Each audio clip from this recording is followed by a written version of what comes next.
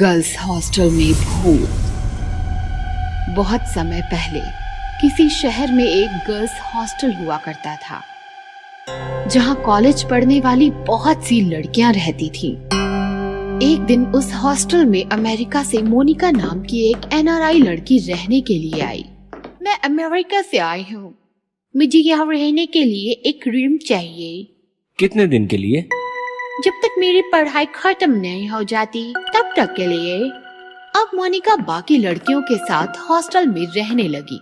एक दिन मोनिका रात के समय अपने रूम में सोने ही लगी थी कि तभी उसे कुछ आवाज आई। उसने बाहर आके देखा तो वहाँ कोई नहीं था। यह तो कोई नहीं है। अगले दिन वो कुछ लड़कियों के साथ बैठी बातें कर रही थी। तभी सोनिया ने कहा, मैं तो जल्द ही यह हॉस्टल छोड़कर कहीं रहने चली जाऊंगी। मुझे यहाँ बहुत डर लगता है। हाँ, यहाँ रात को बहुत डरावनी आवाजें आती हैं। मैंने भी कुछ आवाज सुनी थी, लेकिन इसमें डरने वाली क्या बात है? तुम नहीं जानती? ये हॉस्टल हॉन्टेड है। हाँ, लोग कहते हैं कि बहुत सालों पहले इस हॉस्टल की जगह पर एक तांत्रिक था जो काले जादू के इस्तेमाल से आत्माओं को कैद करता था। कहते हैं वो तांत्रिक मर गया, लेकिन वो आत्माएं आज भी भूत बनकर यहीं भटकती हैं। ये तुम क्या कह रही हो? तांत्रिक आत्मा हॉन्टेड?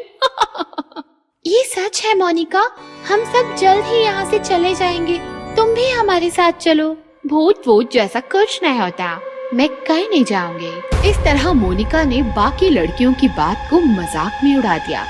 उसी रात मोनिका अपने कमरे में सो रही थी, तभी उसे बाहर से कुछ आवाजें आई और वो उठकर बैठ गई। लगता है वो भूत फिर आ गया। उसने कमरे से बाहर आकर देखा तो वहाँ कोई नहीं था। लगता है वो भूत ही मुझसे डर गया। ये कहकर मोनिका जैसे ही दरवाजा बंद करने लगी, उसे दूर से एक परछाई दिखाई दी। ये किसकी परछाई है? वो परछाई के पीछे चल दी। जैसे जैसे वो परछाई की तरफ जा रही थी, परछाई उससे दूर होती जा रही थी। फिर अचानक परछाई बहुत बड़ी हो गई। ये परछाई बहुत बड़ी हो गई, लेकिन ये परछाई है किसकी? ये सोचकर वो परछाई की तरफ भागने लगी। भागते भागते वो हॉस्टल की खुली छत पर आ गई। खुली छत पर आते ही परछाई गायब हो गई। ये परछाई कहाँ गायब हो गई? चलो, उसे जहाँ जाना था चली गई, मैं जाकर सो जाती हूँ। और ऐसे एक बार फिर मोनिका हॉस्टल में रात को होने वाली हलचल को अनदेखा कर अपने कमरे में आकर सो गई। अगले दिन जब वो हॉस्टल की कुछ लड़कियों के साथ बैठी थी, तब सोनिया ने कहा, मोनिका, हमने नया हॉस्टल देख लिया है। हम सभी कल सुबह वहाँ शिफ्ट हो जाएंगे। क्या तुम लोग सच में ये हॉस्टल छोड़ के जा रहे हो? हाँ, यहाँ रहे तो हमें वो भूत मार देगा। मैंने तुमसे कितनी बार कहा है, ये भूत वूत जैसा कुछ नहीं होता, लेकिन तुम लोग मेरी बात मानते ही नहीं हो। मोनिका, वो सब हमें नहीं पता। हम कल सुबह यहाँ से शिफ्ट होंगे। अगर तुम्हारा मन बन जाए तो तुम भी आ जाना। एक बार फिर मोनिका अपने कमरे में सो रही थी, तभी एक बहुत बड़ा और भयानक भूत उसके सामने आ गया। मोनिका, आंखें खोलो, देखो तुमसे मिलने कौन आया है। कौन है? अचानक इतने डरावने भूत को अपने सामने देखकर मोनिका डर गई। तुम कौन हो? और मेरे कमरे का दरवाजा तो बंद था, तुम अंदर कैसे आए? मैं भूत हूँ और कोई दरवाजा हम भूतों को नहीं रोक सकता। भूत!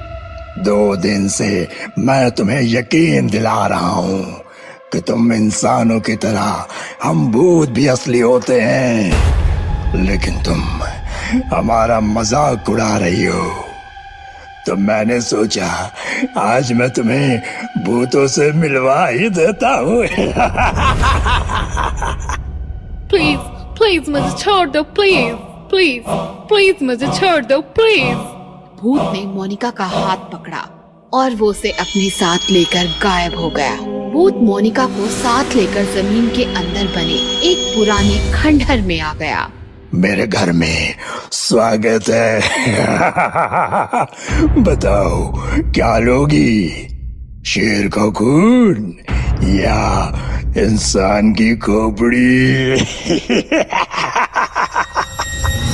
मुझे कुछ नहीं लेना, प्लीज मुझे जाने दो, please let me go please. Hindi में बात कर डोनाल्ड ट्रम्प की भतीजी। मुझसे बहुत बड़ी गलती हो गई, मैं मानती हूँ कि बहुत होते हैं। ऐसे नहीं, जोर से बोलो। जैसे इंसान होते हैं वैसे ही भूत होते हैं। जैसे इंसान होता है वैसे भूत भी होते हैं, मैं मानती हूँ। ऐसे ही भूत मोनिका को डराता रहा। कुछ समय बाद मोनिका डर के मारे बेहोश होकर गिर गई। लगता है मैंने इसे सबक सिखा दिया। फिर जैसे ही सुबह मोनिका नींद से जागी तो उसने देखा कि वो अपने कमरे में थी। भूत, इस हॉस्टल में भूत है, मुझे यहाँ नहीं रहना। वो जल्दी से अपने कमरे से निकलकर हॉस्टल के बाहर आई। वहाँ सोनिया, रानी और बाकी सभी लड़कियाँ खड़ी थी। सोनिया, मुझे भी अपने साथ ले चलो, इस हॉस्टल में तो सच में भूत है। लेकिन तुम्हारा सामान? मुझे कुछ नहीं चाहिए, बस मुझे यहाँ से ले चलो। इस तरह मोनिका को यकीन हो गया कि गर्ल्स हॉस्टल हॉन्टेड है और वो अपना सामान वहीं छोड़कर वहाँ से भाग खड़ी हुई। भूतिया क्लासमेट। कहानी है पूना की। आयुष पूना के डी.के. पाटिल कॉलेज में फर्स्ट ईयर में पढ़ता था। उसका 12वीं तक का पूरा एजुकेशन भी डी.के. पाटिल कॉलेज से ही हुआ था। आयुष IAS बनना चाहता था और कॉलेज की लाइब्रेरी में दिन रात पढ़ता था। एक दिन आयुष ने लाइब्रेरियन से पूछा, टाइम्स ऑफ इंडिया कहाँ है? मुझे मिल नहीं रहा। शायद कोई लेके गया है। आयुष चौंक गया क्योंकि उसके अलावा टाइम्स ऑफ इंडिया पढ़ने वाला कॉलेज में कोई दूसरा नहीं था। आयुष दूसरा न्यूज़पेपर उठाकर अपनी जगह बैठ गया। तभी उसका ध्यान गया कि उसके साइड में बैठा एक लड़का टाइम्स ऑफ इंडिया पढ़ रहा था।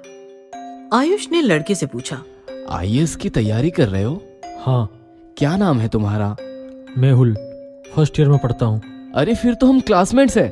पहले कभी देखा नहीं तुम्हें। 12वीं तक कहाँ थे? इसी कॉलेज में था, मैंने देखा है तुम्हें। क्या बात कर रहे हो यार, मैंने तो तुम्हें कभी नहीं देखा। इस प्रकार दोनों बातें करते गए और जल्द ही अच्छे दोस्त बन गए। फिर दोनों रोज दिन रात एक साथ लाइब्रेरी में पढ़ने लगे। एक दिन आयुष कॉलेज कैंटीन में अपने दोस्त नेहा और वरुण के साथ था। क्या लाइब्रेरी में दिन रात पढ़ाई करते हो? अकेले बोर नहीं होते? मैं अकेला थोड़ी रहता हूँ, मेहुल भी तो रहता है। कौन मेहुल? अरे वो जो मेरे बगल में बैठता है, अपना क्लासमेट है, मेरे साथ हर लेक्चर अटेंड करता है। मैंने तो तुम्हारे साथ कभी किसी मेहुल को नहीं देखा। क्या कह रही हो?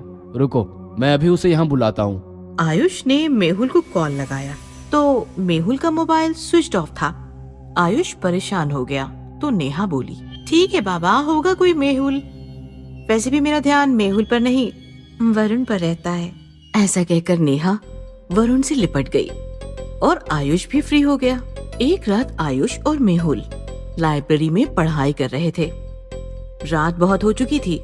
लाइब्रेरियन को नींद आ गई और उसने आयुष से कहा, भाई आयुष, अब लाइब्रेरी तुम ही संभालो, मैं चला। तुम्हारा हो जाए तो नीचे चपरासी को ताला लगाने को बोल देना। लाइब्रेरियन चला गया और आयुष मेहुल के साथ फिर से किताब में खो गया। पढ़ते पढ़ते अचानक आयुष का ध्यान मेहुल की किताब पर पड़ा तो वो चौंक गया क्योंकि वो किताब बिल्कुल कोरी थी। आयुष ने मेहुल की किताब छीन ली और उसके पन्ने पलटे तो किताब में एक भी अक्षर नहीं था। किताब पूरी कोरी है और तुम 2 महीनों से यही किताब पकड़े बैठे हो। चक्कर क्या है भाई? ऐसा कहकर आयुष ने अपने बगल में देखा तो मेहुल वहां था ही नहीं। ये देखकर आयुष काफी डर गया। मेहुल कहाँ गायब हो गया? नेहा भी कह रही थी उसने मेहुल को कभी देखा नहीं। लाइब्रेरियन भी लाइब्रेरी की जिम्मेदारी मुझे दे गया। वो मेहुल को भी तो दे सकता था। क्या इन लोगों ने मेहुल को कभी देखा ही नहीं? क्या मेहुल सच में नहीं है? ये मेहुल का गायब होना, ये सब क्या है? अचानक लाइब्रेरी की सारी लाइट चली गई और आयुष और ज्यादा डर गया। उसने अपनी आंखें बंद कर ली और लाइट का वेट करने लगा। अचानक लाइट आ गई। आयुष खुश हो गया। उसने आंखें खोली, लेकिन जब उसने बगल में देखा तो उसका दिल दहल गया। उसके बगल में मेहुल का डरावना भूत बैठा था। मेहुल, ये सब क्या है? मेहुल नहीं, मेहुल का भूत। और यह जो तू देख रहा है इसके जिम्मेदार और कोई नहीं, बस तू है। मैंने क्या बिगाड़ा है तुम्हारा? तुमने मेरी जिंदगी बर्बाद कर दी। याद कर वह 1 साल पहले की HSC एग्जाम, जिसमें तुमने एक लड़के को चीटिंग करते पकड़ा था। ये सुनकर आयुष 1 साल पीछे गया तो उसे बायोलॉजी का एग्जाम याद आया। सर, ये चीटिंग कर रहा है। ए, चल खड़ा हो जा। Sorry sir, extremely sorry sir. 2 minute के अंदर निकल जा यहाँ से, नहीं तो HS से एग्जाम से रस्टिकेट हो जाएगा। जानता है एग्जाम हॉल से बाहर आते ही मैंने क्या किया? तू कैसे जानेगा? तू तो एग्जाम में बिजी था। मैं बिल्डिंग से नीचे कूदकर मर गया और अब तुम्हें मारने आया हूँ। देखो मेहुल, माना कि गलती मेरी है, पर तू भी तो गलत था ना। चीटिंग कर रहा था। चीटिंग गलत है। नहीं, अब मैं जो करने जा रहा हूँ वो गलत है। ये सुनकर आयुष डर गया। क्या करने वाला है तू? मेहुल ने आयुष का गला पकड़ लिया और उसे खिड़की से बाहर फेंक दिया। आयुष लाइब्रेरी की 5वीं मंजिल से जमीन पर गिरते ही मर गया और मेहुल लाइब्रेरी की खिड़की से उसकी लाश को मुस्कुराते हुए देखता रहा।